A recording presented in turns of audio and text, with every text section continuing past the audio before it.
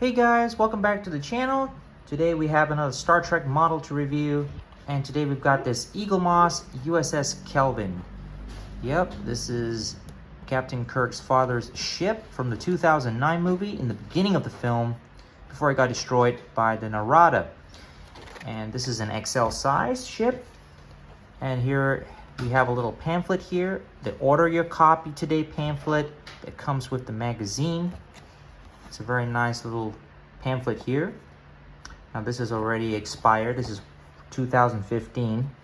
That's the year when I got it from. So here we go. There's the magazine. Now today I'll be reviewing the model with the magazine together, so at least we can go through all the details that this model comes with. So we got USS Kelvin special issue, okay, or XL size. We have a very nice artwork of the Kelvin at the front. Very reminiscent, very TOS style, even though the bridge module is a slightly different look over there. The deflected dish is the same as on the 2009 Enterprise. Okay, we've got these very large, giant size registry markings and names right there, and the Kelvin comes with weapons pods and so on. Okay, right, what does it say there? A light cruiser destroyed 2233, 315 meters, and Captain Robow. Okay, Captain Robow is the captain of the ship. Okay, contents, profile, USS Kelvin, designing the ship. Okay, all right. Now, Eaglemoss is already defunct, but at least now Hero Collector or Master Replicas is now taking over all the Eaglemoss Star Trek models. So I believe you can still get this one off Master Replicas or Hero Collector. Okay. So this is a USS Kelvin specification. That's a very nice profile at the front there of the ship. It's very nice. This is a single engine nacelle ship at the bottom, which is a very interesting design. I would have preferred it to have at least a couple of engines, at least 2 engines instead of in the middle. 2 engines on the side over there. That would look very nice. Okay, there's 800 crews. Stellar survey, phaser emitters, photon torpedoes. Looks like we got more details of the Kelvin down here. There's always 3 pictures here. Just like on every Eaglemoss magazine, we've got 3 separate pictures of the ships, like showing the deflected dish or engine details or bridge module details or engineering hull and so on. So we've got side profile there, the neck portion, engineering part, the back end of the nacelles, and the top part of the engineering. Okay, next page we've got, all right, now let's just put this over there so we can take a closer look. All right, USS Kelvin. The actions of the Kelvin, First Officer Lieutenant George Kirk, earned the ship a place in history. Okay, that's a very nice profile right there. And that is, looks like we've got this orange glow with the Bassard right inside there. Bassard Collector is very slightly different than TOS. So this is sort of a, a 21st century version update of the TOS style Bassards. Okay, the Kelvin was a large Starfleet vessel with a single nacelle that was positioned below the ship's engineering hull. Okay, NCC-0514. So interesting registry number there. Okay, we got lots of all the stories here. So we got George Kirk, James T. Kirk's father, who was the first officer of the ship, and he's taken over as acting captain when Captain Robow left the ship to negotiate with the Romulans on the Narada. Well, eventually we all know what happened to him. He got killed by Nero. Okay, on the next page we got designing the Kelvin, So on the previous page here, this is just a little short story covering the USS Kelvin, but most of the information here is very straightforward. It just says it got destroyed in the year, what, 223304, stardate 223304. It doesn't say when it was launched, so that little information was left out. I don't think the filmmakers decided to put that little information in. So practically this is a 2009 movie, like XL special version of the ship. We're not getting like a full intel on this particular starship. So practically the information here just goes through ship getting destroyed by the Narada, and then Captain Robow goes aboard, the Narada, to negotiate with the Romulans, and George Kirk takes over command, and in the end sacrifices himself. At least he saves his wife, saves his kid, and the rest of the ship's complement from Narada's attack. So practically it just covers all what we saw in the first part of the film from 2009, and that's it. So we don't actually see operational history or anything like that, just like we see in the magazines for the Prime reality ships. So since this is the Kelvin reality, so we won't be getting any of that. So on the next page, we just got designing the Kelvin, skip straight to the designing of the ship. So unique design, true, it is a very unique design. We don't actually see this particular design in TOS. We don't see single engine nacelle ships in TOS, at least none that I've heard of. Okay, so there are designs here that's very, very familiar, like those 3 dots in the front of the saucer right there. That is reminiscent of the original Enterprise. You got these 3 little windows right there. I'm not really sure what they're supposed to be, some sort of sensors or something. But for those who know what these 3 dots are, please please leave a comment down below so I know what they are. I always thought they were windows or something. I always thought they were windows or something. Sorry about that, the camera shaked. All right, so my best guess, they could be sensors. I could be wrong. Okay, we got some RCS thrusters over there. That's new. All right, next page. Okay, let's get the show on the road. All right, so we've got a lot of concept arts here for the Kelvin. Looks like 2 nacelle concept, like I said earlier. And there's a engineering hall right at the top there. That's very interesting. And there's more down here, also with the double nacelle concept. And this one is slightly different without the bassarts, without the circular bassarts. And the top here, we got some really interesting, funky looking designs over here. I believe this design was, who created this design? I think it was it Ryan Church? Yeah, Ryan Church. Yeah, Ryan Church was the designer for the 2009 Enterprise, and he did the same for the Kelvin. So he did a lot of concepts here. Very interesting. Now, I am most particularly interested in the TOS concept. Like this one looks very TOS, and I don't really like that so much. No, but this one looks okay. Now this one down here looks very promising. This design here looks very promising. Looks very TOS-ish. All right, now to the next page. We've got more concepts. Yeah, this one, wow, okay. Lots of angular shapes there. Looks very Oberth class design right there. And then we have, what else have we got here? Yeah, this one has got lots of angular shapes. Yeah, very Oberth class design silhouette right there, especially for this bottom part there. And here we got a very TOS inspired design. Okay, all right. So this is the final shape concept that Ryan Church went with for the Kelvin. So we got glowing bassarts right there, deflector there. Okay, next page.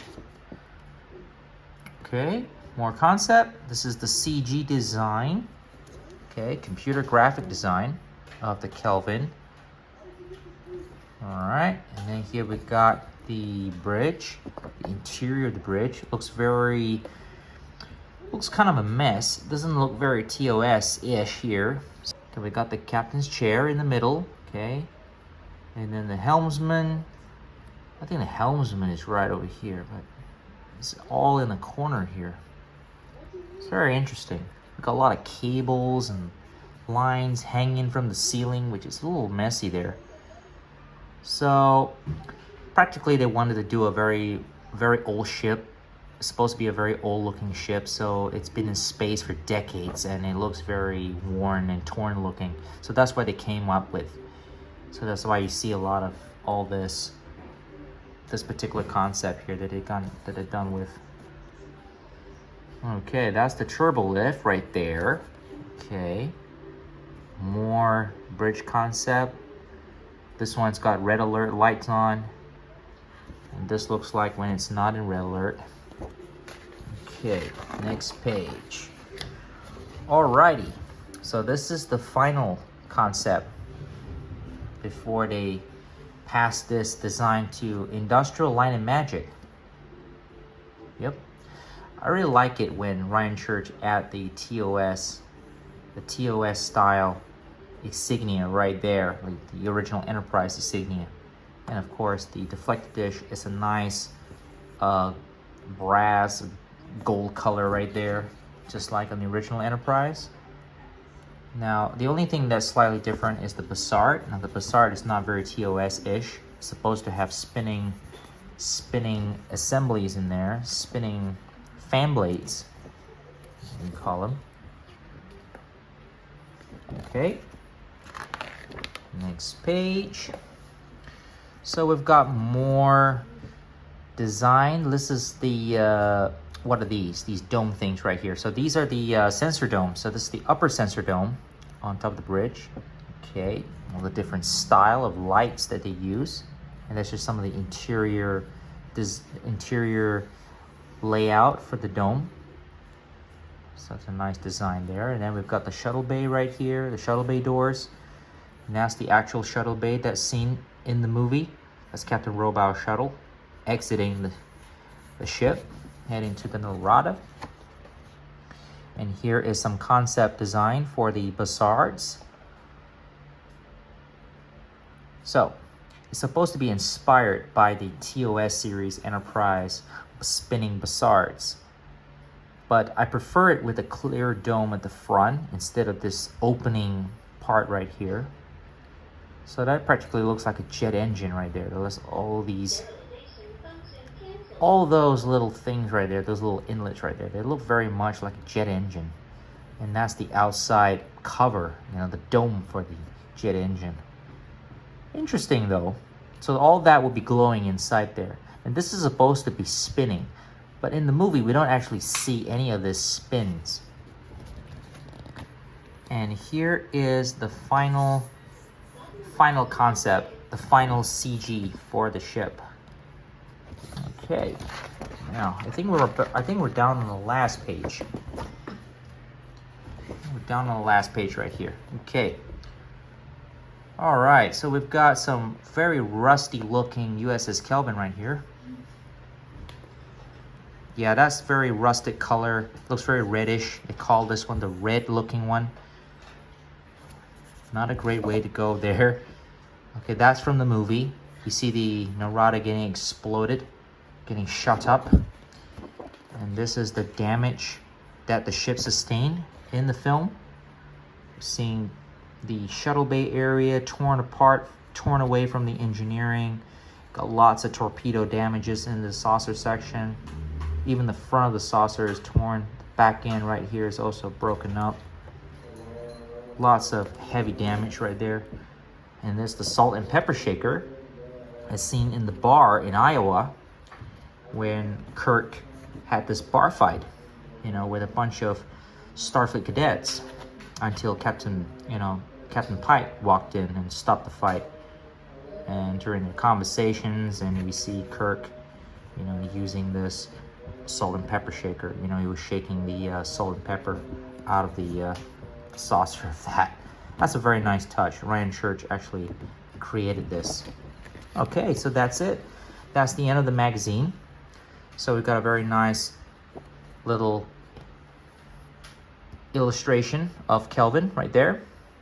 Okay, so now Eaglemoss generally don't do lots of detailed stuff in here. At least what we have, we have a very short info of the ship on the first couple of pages, and then down to the design of the ship, which is completely loaded.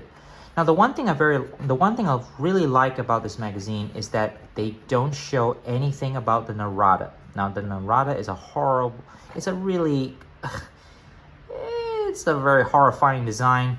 I mean, it looks like an insect or a cockroach or something. I'm not really sure, but you know, we see the design of that covered in the other magazines, especially for the Enterprise, the 2009 Enterprise. I mean, Eaglemoss has made 2 versions of the XL for the Enterprise 2009, and in both of those magazines, you got the Narada inside there, which I don't think it has anything to do with the Enterprise.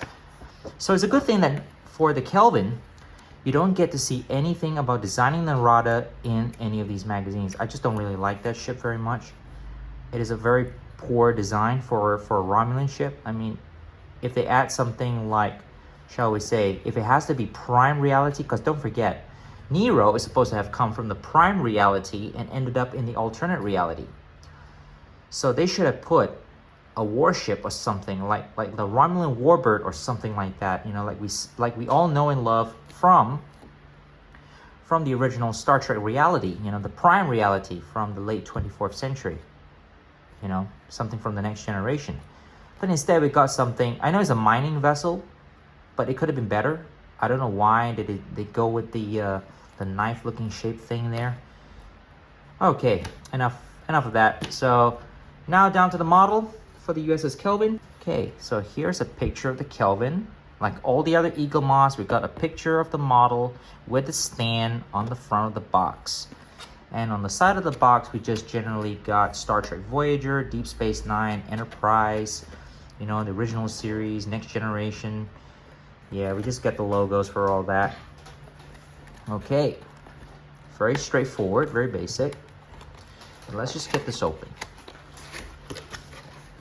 It's all foam box, as usual, with the XL size ships.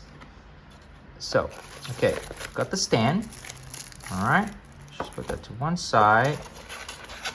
And then here is the connector, clear connector. So this connects to the saucer section. Okay, and here is the Kelvin. All right, let's just take it out of the box. Now, I'll be right back, guys. Just gonna put the box to one side. Okay, put the box to one side already. Got the stand here all put together.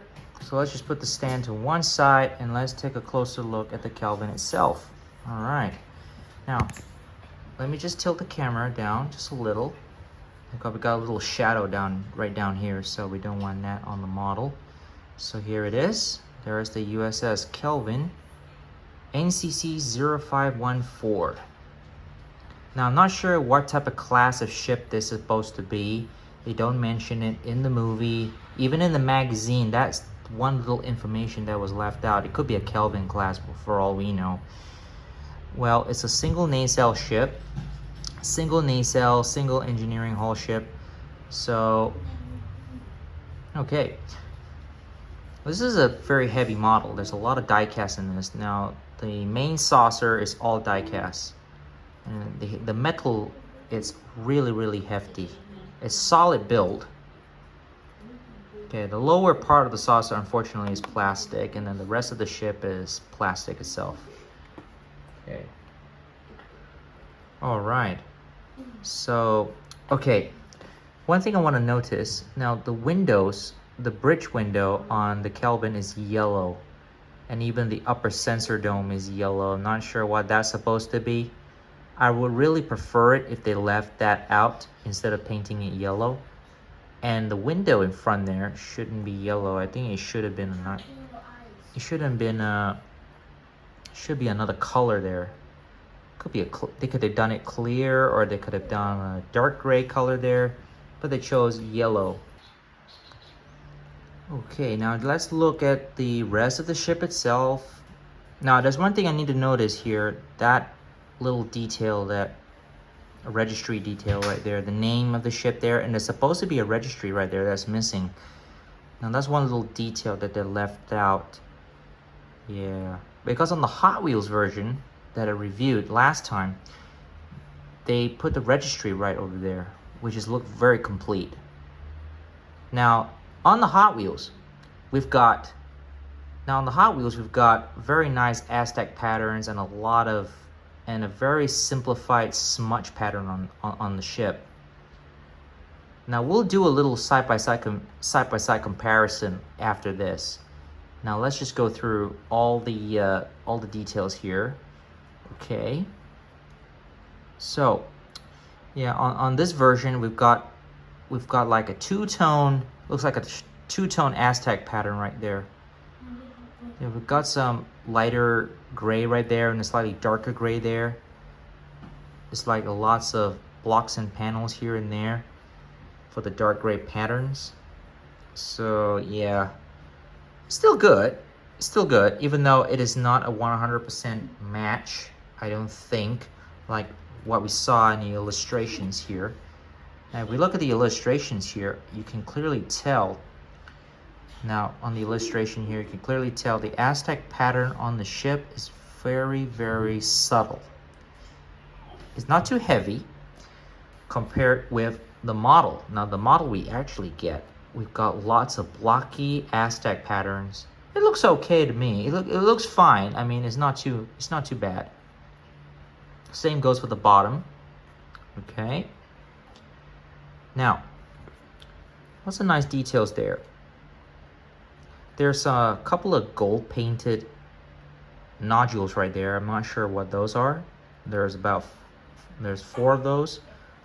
Okay, that's 1, 2, 3, 4. Yep. And I'm not sure what they're supposed to be. Phaser bangs or torpedoes. I'm not really sure. But those are your weapon ports right there. There are 3 here and 3 right here. I bet you those are the torpedoes or probably phasers. I'm not really sure. We see a lot of blue lights shooting out, a lot of blue little lights shooting out from them. Not really sure what they're supposed to be. Could be these If it's phasers, they're coming out as red lines, you know, these red bolts of lines that comes right out. Okay. Now the registry, one thing I noticed, okay, we only got black and we got gray color. So we got gray outlines. There's supposed to be red outlines in the registry as well, but we don't see that here on the Eaglemoss model. We only got gray outlines, no red outlines, which is strange. Not sure why. Well, as usual, Eaglemoss tend to miss out a few details here and there. Looks like I've got painted windows right there. Now on this model, there are no molded windows in the model. Everything is all painted on. And the one thing I noticed, there are no windows visible on the edge of the saucer. We see a lot of wash marks here. There's a very heavy wash mark right at the front here. I'm not sure. Now that's intentional from the factory. I don't think you get this on every model. I'm not really sure, but please do leave a comment down below if you have any of your Kelvins that has this particular very heavy, dirty wash mark right at the front, or is it just me that's got it? I'm not really sure. There are no windows painted at the side of the saucer. The impulse engine is painted red, which is a nice touch right there. Okay, painted windows right there. Okay. Got some painted gold blocks right there. I'm not sure what those are supposed to be. Escape pods or something. Or weapons hatch. I'm not really sure. Okay. Let's look at the engineering hall at the top here. We got a lot of dirt mark here. A lot of dirt paint. Okay. Lots of blocky Aztec patterns. Some painted windows. And that red line right there, the red circle outline there, that is a docking port. Okay. Let's look at the back. That's the shuttle bay. I'm trying to get that to focus. Now it's only focusing on the impulse engines. Now let me try to focus on that, because I want to tell you that there are 0 details on this. It's all flat. Yeah, there are no details whatsoever on that shuttle bay doors. It is a very flat outdoor, smooth design. Just like, sorry, not like the TOS design. I'm afraid there are no lines in there. It lacks detail. Yeah, that's something that Eaglemoss could have corrected. Hopefully one day in the future, maybe if they ever do new molds of this from Master Replicas or Hero Collector. But my doubts, I don't think they're gonna do that. They're just gonna use existing molds and they're gonna do exactly the same like what we've got here. So, yep. Deflected dish at the front is just a clear, transparent dish. No lines in there, pretty much like on all the deflected dish we get with these Eaglemoss. Even the Refit Enterprise, we just got a very circular, flat dish right there with 0 details in there. But we do get an antenna right there though. There's a clear, transparent antenna right sticking out just a little right there. Unfortunately, there's supposed to be a little gold color in the middle there. But Eaglemoss chose the simplified method. So yeah, the bottom of the saucer got lots of dirt details there as well. Lots of dirty marks right there. They're virtually everywhere, all over the entire ship. So that's the lower sensor dome. That's all just one color, light gray. Got some black dots there for windows. Okay, got some more painted windows there. The neck here is very short. This is the nacelles, engine nacelle right here. Now this is all plastic. They're not die cast. I really wish that this was all die cast instead of just the saucer. I know the saucer is quite large already, so they decided not to put more die cast material into the model. So looks like we've got the same style of Aztec markings here. Lots of blocky Aztec markings, same as on the engineering. So yeah, there's 2-tone color, NCC-0514 right there in the middle. Okay, looks like we got a light blue painted right there on the intercoolers. These are the intercoolers. These fins here, they're called intercoolers. Just like on the original Enterprise, but they don't glow blue on the original Enterprise. But the fins on this are very subtle. They're very short, slightly flat, but they're protruding slightly though. Then we've got this clear blue end caps. We've got the end caps here. There are clear blue. I'm sure you can see that. Yeah, there they are. It's trying to, hang on a second. Let me just see if we can, yeah, there we go. There it is. Clear blue engine end caps. And then the bottom of the nacelle, we've got this part here that's painted in light gray. On the other models that I've seen from Hero Collector that they've released about a few years back, like the USS Mayflower. Yeah, the USS Mayflower has the similar design as the Kelvin. The paint job is also very different. It looks more metallic. It looks more in a metallic color, and there's a lot of gold, like brass painted element right here instead of this light gray. Now, this is Kelvin. Now, on this model that we got from 2015 is painted in this very light gray scheme. So, but if you look at the picture on the book, on the magazine, it looks very metallic color. It looks very metallic-y color. But maybe that's just the way we looked at it. But if you look at the USS Mayflower model, I don't have the USS Mayflower, by the way, but there are reviews out there on YouTube, and they all have this metallic color, which I think they should have done the same with this USS Kelvin model. So, I don't know. I mean, what do you guys think of this model? For me, it's okay, even though there are some slight mistakes here and there. some missing windows on the side of the saucer.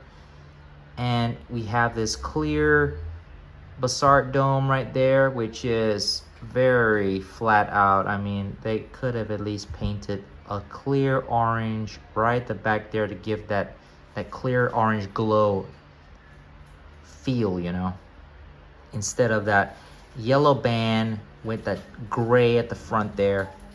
It looks so flat out. I don't know. Oh well, it is what it is. They could have at least done that clear orange right at the back there to give it that TOS style feel to it. It is what it is. It's not the greatest, but it's still a nice model to collect. I still highly recommend it for any Star Trek fan who collects Eaglemoss, Master Replicas, Hero Collector. So, yeah. Alright, got this on the stand, and as usual, like all Eaglemoss models, there's a little tightness right at the front there, so it doesn't go all the way in. If you force it, the paint will get scratched right there.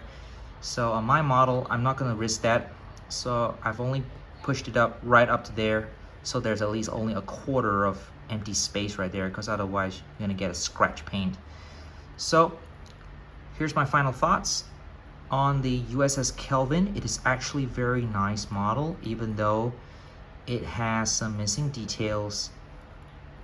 But overall, I really wish it could have been better, especially the deflector dish. It could have been a lot more detailed. And that basalt collector right underneath there, I really wish it could have been better. But I'm not, you know, they should have done a clear orange color right in there. But oh well, can't win them all. It is what it is. The magazine is very good, very detailed. It's a very great read right there. Yeah. So highly recommend it for any Star Trek fans who love this design or any ships from the J.J. Abrams films. Even though it is not a personal favorite of mine, but it's still a very nice design. It grew on me. This design is actually growing on me a little. So I'm glad I got the Hot Wheels as well. Oh, one more thing. I will do a slight comparison with the Hot Wheels as well.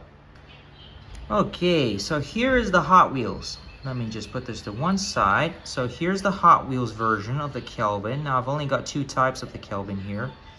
So the Hot Wheels version, as you can clearly tell, there are 0 Aztecs.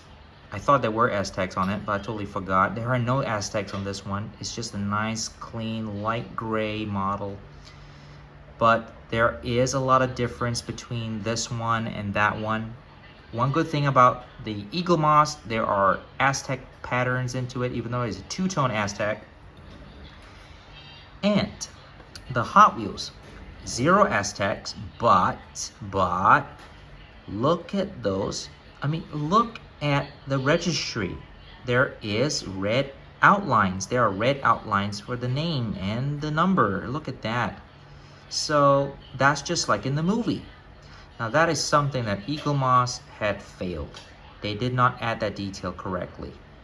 Now on the Hot Wheels, you've got this very dirty gray streak lines that runs all the way to the front like you have on the original Enterprise. But this is a very heavy looking weathering that they've done here, but it's very clean right at the back. And as you can clearly tell, if you look over here, there's NCC-0514 registry there, and then there's the name of the ship on one side.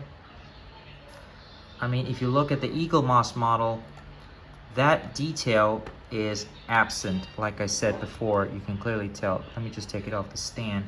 See? Look at that. There, you can clearly tell that that registry detail right there is missing. So, yeah. Well, it is what it is. Can't win them all. If you have both of these models, if you have the Hot Wheels version and you have the Eaglemoss version, even though I still highly recommend both of them, so you can clearly tell, you can do a comparison look between the two. Now there are good elements about this model, and there are good elements about this one as well. They're good and bad. This one just lacks the Aztecs, but everything else is brilliant. This one, brilliant Aztecs, good Aztec detail, lots of nice weatherings all over the ship. Now, one thing that the Eaglemoss didn't have, you look right there.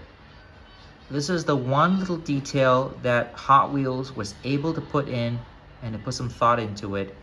We've got a very nice painted deflector dish right there, even though we've got this little yellow, pointy antenna sticking at the front, and we've got some yellow for the back of the deflector. And all the way, actually, the yellow actually goes all the way to the inside of the housing there as well. There's a lot of molded details on the Hot Wheels. I mean, if you compare it with the Eaglemoss, on the engineering hull, it is actually very clean. There are no molded lines whatsoever in the engineering. Everything you see here is very smooth, actually. It's actually very, very smooth. There is zero molded lines in there, except for this little detail right at the top here. But everything else is all painted on. Aztecs, windows, this little docking ports and all that. So the only part of Eaglemoss, the model that is molded in, is just the panel lines that's molded in, and the bottom of the saucer is molded in. Everything else is very clean. Now on the Hot Wheels, they did not miss out any detail. Mostly all the details are there. A lot of molded on details, especially if you see it right there. We still got your docking port right there with the name USS Kelvin, I think, written there at the side, which I think the Eaglemoss didn't add. Yeah, the Eaglemoss didn't have them. On the Hot Wheels, you could clearly see they're there. Now the blue for the intercooler is actually quite deep. So I think that's way too dark blue for this particular toy, this model. But there's a lot of molded details though, which the Eaglemoss lacked. So there's a lot of good parts about this, and there's some bad about it. But at least this one has got the most molded detail. And at least we got a little orange glow, orange painted for the Bassards right there, just like it should be. I really wish they'd done the same for the Eaglemoss. So there you have it, guys. It is a very nice looking model, and I very highly recommend it. So get yourself the Hot Wheels or the Eaglemoss or both, even better. Now I've got both of them so you can do comparisons.